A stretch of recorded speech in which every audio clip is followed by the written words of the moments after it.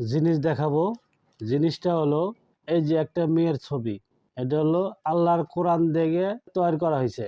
এটা হলো যে মেয়েকে জিনে ধরছে, জিন তার শরীর থেকে বাইর হতে চায় না, তারা অনেক কবিরাজ দেখাইছে, কিন্তু কোনো কবিরাজের দ্বারাই এই কাজটা হয় নাই। আপনাদের দেখাই এই জিনিসটা। এই উল্টা সাইডে যে রুগী, যার উপরে জিনের আসর হয়, সেই লোকে এই উল্টো সাইডে তার নাম লিখতে হবে। নাম লিখলে তাহলে এই জিনিসটা জিনকে পোড়াইতে হয়। জিনকে কিভাবে পোড়াবো এটা আপনারা এখন দেখবেন। একটা মেয়ে আমার এখানে আছে।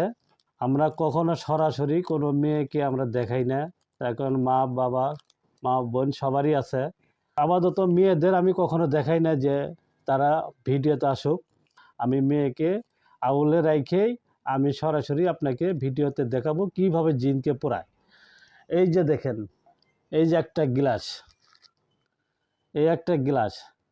এই গ্লাসটাই হলো আপনার, এই গ্লাসটাই হলো, গ্লাসের মধ্যে দেখেন কোনো কিছু নাই।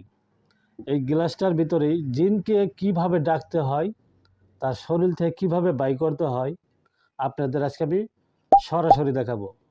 এই যে আমার হাতে একটা জিনিস দেখবেন, এটা হলো চান্ডালের হার সাথে এই যে দেখেন মানুষের কাল্লার মতো দেখা যায়, কিন্তু এর ক্ষমতাশালী, এর পাওয়ার কীরকম আপনারা জানেন না। মানুষে বড় কাল্লা দেখায় আপনাদের, যে বড় কাল্লা দেখালে তাই কিন্তু বড় তান্ত্রিক নেয়। ছোট জিনিসের মনে করেন ছোট মরিচের ঝাল বেশি, এটা আপনারা জানেন। এই জন্য ছোট জিনিসের পাওয়ারও বেশি। এই যে চান্ডালের হারের কি ক্ষমতা, আর জিনকে কিভাবে ডাকতে হয়, এটা এখন আপনার সরাসরি দেখেন।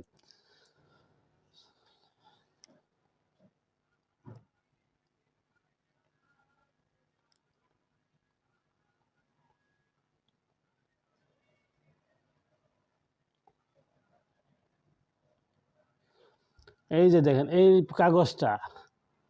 কাগজটা আমি এর ভিতরে ছেড়ে দিলাম। ছেড়ে দেওয়ার পরে তারা দেখবেন জিন কিভাবে এর ভিতরে তারা পুড়ে ছাই হয়, এটা আপনি দেখতে পারবেন। দেখেন দেখেন